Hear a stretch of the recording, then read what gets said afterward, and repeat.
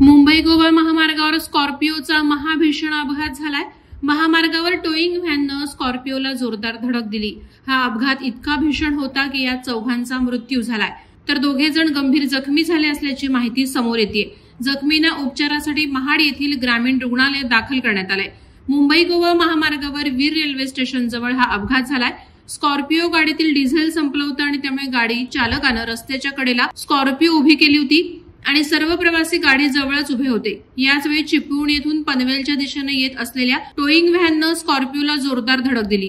Towing व्हॅनने दिलेली धडक इतकी जोरदार होती की स्कॉर्पिओ गाडी 50 फूट लांब जाऊन सर्व्हिस रोडच्या पलीकडे असलेल्या खड्ड्यात जाऊन पडली। या अपघातात गाडीच्या बाहेर उभे असलेल्या 6 जणांना जोरदार धडक बसली।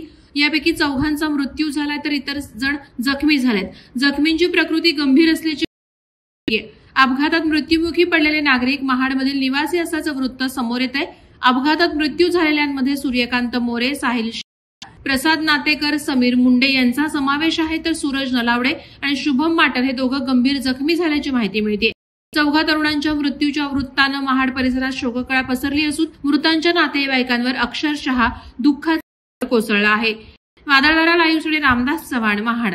नवी मुंबई व रायगड जिल्ह्यातील ताज्या बातम्या आणि घडामोडींसाठी सबस्क्राईब करा वादळवारा लाईव्ह चॅनल आणि दाबा बेल आयकॉन।